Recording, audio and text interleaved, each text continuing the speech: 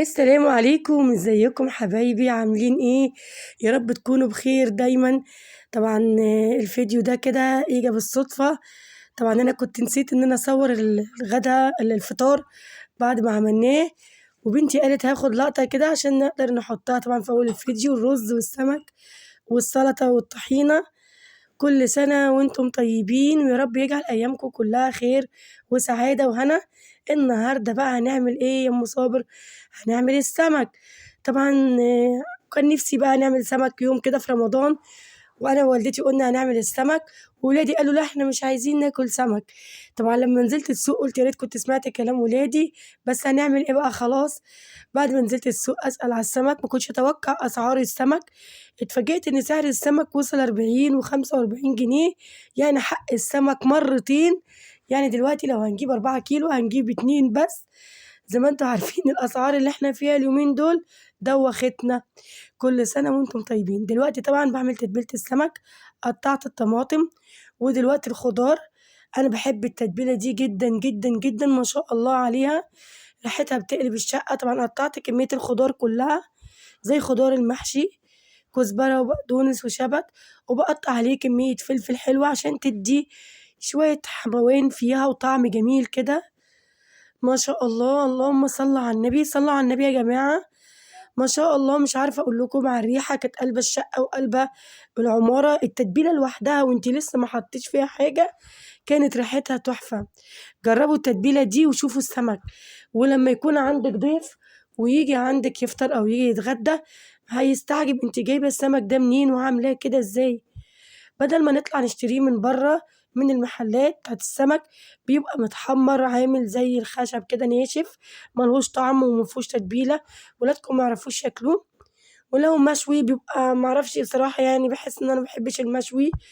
المهم دلوقتي نزلت بكمية التوم اللي أنتم شايفينها دي، ما شاء الله بتدّي ريحة تجنن. جرّبوا يا جماعة التتبيلة دي في السمك، وفعلًا، فعلًا وقسمًا بالله ما هتقدروا تستغنوا عنها تاني أبدًا.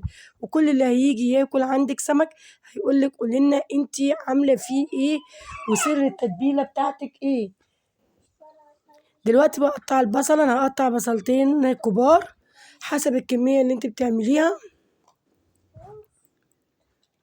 هي دي تتبيلة السمك، وبعد كده هاقطّع عليها جزر. أنا باحب جدًا وإن أنا أقطّع عليها جزر لو موجود، ولو مش موجود جزر بلاش منه، كفاية التتبيلة دي كده.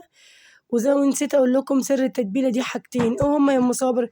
الكزبرة والكمون والخل. حاجة إحنا كده بقوا 3، بس أنا باقول الأساس الكزبرة والكمون بيدّوا ريحة وطعم يجنن في التتبيلة يا جماعة. اعملوا السمك ده في بيوتكم، هتلاقي جوزِك مبسوط جدًا، ولو حماتِك والّا أهل جوزِك والّا أخواتِك والّا أهلِك هيبقوا سُعدا جدًا، جدًا بتتبيلة السمك دي، حكاية. تعالي بقى يا أم صابر نشوف هنعمل إيه. نخش على الخل، هنحط الخل بكمية إيه. أنا عندي الخل ده موجود بس يعني ريحته مش نفاذة أوي، فأنا باحط كمية منها حلوة زي كوباية شاي صغيرة، مش هتأثر عليَّ في حاجة. لكن لو خل نفاذ بلاش يا جماعة، حطي معلقتين، ومعايا الكمون والملح الأبيض والكزبرة، هُم دول سر تتبيلة السمك. أحلى سمك وأجمل سمك من مطبخ أم صابر وأسامة. يالّا، يالّا قومي أنتِ وهي كده، قوموا اتحركوا، خشوا على السمك، هاتي كيلو سمك، 2 كيلو، كيلو ونُص حسب اللي أنتِ عايزاه، وقومي اعملي التتبيلة دي وشوفي يا جمال السمك. طبعًا هُم دول الأساس. كده خلاص أنا بازوّد كوباية مَيّة يا جماعة بسيطة وكوباية شاي في الكَبّة أو في الخلاط عشان أقدر إن أنا أقلّبهم مع بعض. طبعًا أنتِ بتدوقي، ناقصة ملح بتزوّدي، ناقصة كمون بتزوّدي. كده تتبيلة السمك قلبت الشقة. ولادي جايين على السلم، إيه يا ماما الريحة الجميلة دي، إيه ريحة التتبيلة الحلوة دي، إحنا مش قادرين، إحنا لو مش عارفين، لو إحنا مش صايمين كنا كلنا دلوقتي. قُلت لهم مش أنتم مش عايزين تاكلوا سمك، ما حدش يمد إيده على السمك، وما حدش ياكل من السمك، ولمّا أحط منه على السفرة ما أشوفكوش تاكلوا منه. خلاص يا ماما رجعنا في كلامنا. والله العظيم ريحة السمك تحفة، جربيها. ده التتبيلة دي تفتح مطاعم عالية يا جماعة، مش توم وفلفل، لا لا لا لا لا. شوفي بقى الخطوات وشوفي بقى إحنا هنعمل إيه مع بعض. أنا باعمل الرز أهو، ودلوقتي ولعت على الزيت. طبعا يا أم صابر احنا متعودين احنا بنحشي السمك وبنقليه. لا لا لا لا، انسي انسي انسي انسي اللي انت بتحكيه ده. مفيش حاجة نحشي السمك ونقليه. شايفة السمك قدامك، انا بقطع منه كده حتت كده فتحات عشان يستوي معايا بسرعة، ويبقى معاكي طعمه حكاية. مطعم ايه وحاجات ايه؟ احنا مش هنخش مطاعم، احنا هنجيب المطعم لغاية عندنا في البيت. شايفين السمكة انا عاملة فيها فتحات في الجنبين، وحطيتها في الدقيق بس، مفيش اي حشو فيها. انت بتقولي ايه يا مصابة؟ طب انا اكلها ازاي؟ طب فين التتبيلة؟ فين الطعم؟ كده تبقى ناقصة. ما تصبروا على ام صابر شوية، واحدة واحدة يا جماعة. اسمعوا مني وشوفوا للآخر ايه اللي هيحصل. دلوقتي انا نزلت بالسمك، شايفين السمك بيتقلي ازاي؟ طب وبعدين يا ام صابر؟ استنوا بقى اما نشوفه بعدين. طبعا انا رايحة جايب الكاميرا عشان اصور لكم كل حاجة معايا. انا هنا حركت الكاميرا عشان اقدر افتح فرن البوتاجاز. طبعا ايه الطاسة دي يا ام صابر؟ بصراحة الطاسة دي انا بحمر فيها السمك عشان ما بوظش كل الطاسات. هي سمسم.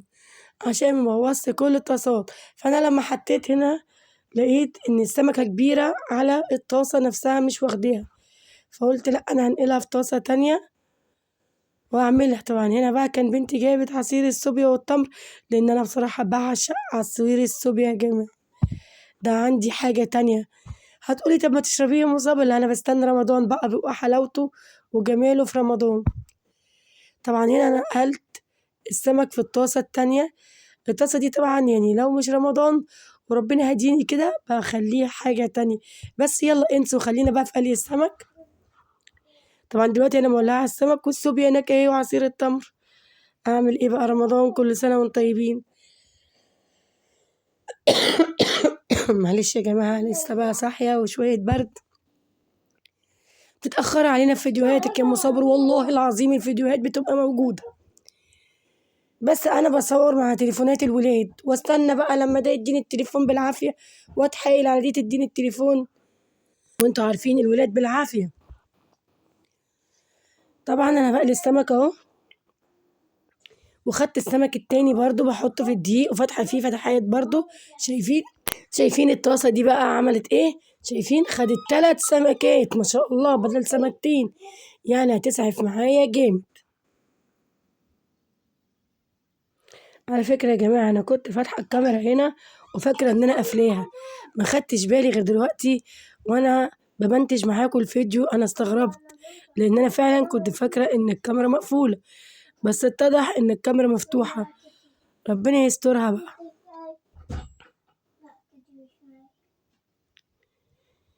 طبعًا هنا نقلت الدقيق في صينية تانية وزودتها.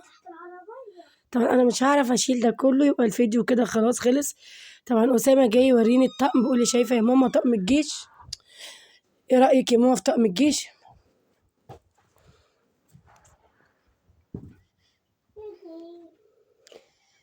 قسمًا بالله أنا مستغربة زيكم وأنا بامنتج في الفيديو يا جماعة، كل ده وأنا فاكرة إن أنا قافلة الفيديو.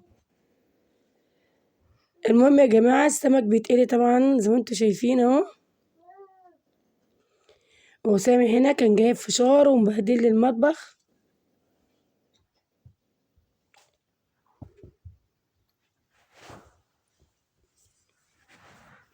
بتعملي إيه يا مصابر دلوقتي؟ أنا باقلب في الرز. أنتم نسيتوا إن إحنا ولعنا الرز، ده كله طبعًا وأنا فاكرة إن الكاميرا مقفولة.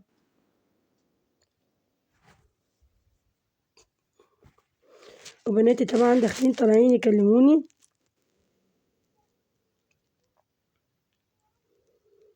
كل سنة وأنتم طيبين، ويا ريت لو وصلتوا في الفيديو لغاية هنا يا جماعة تدوسوا لايك وتشتركوا لي في الفيديو وتفعلوا زر الجرس. طبعًا دوّة مش أمر، ده يعني طلب منكم، لإن أنتم عارفين إن إحنا بنتعب جدًا في الفيديوهات دي والله. التصوير مش سهل يا جماعة وإحنا بنعمل أكل بيتعبنا، وأنتم عارفين إن كل خطوة بتبقى محسوبة.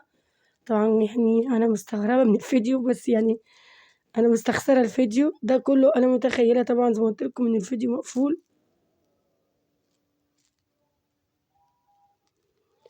طبعًا هنا السمك بيتحمر.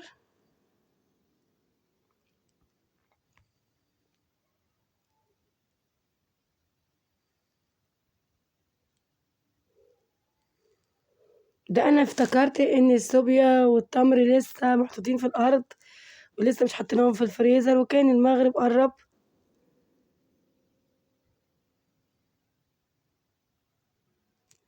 ايه ده يا مصابر، ده كله السمك بيتقلي.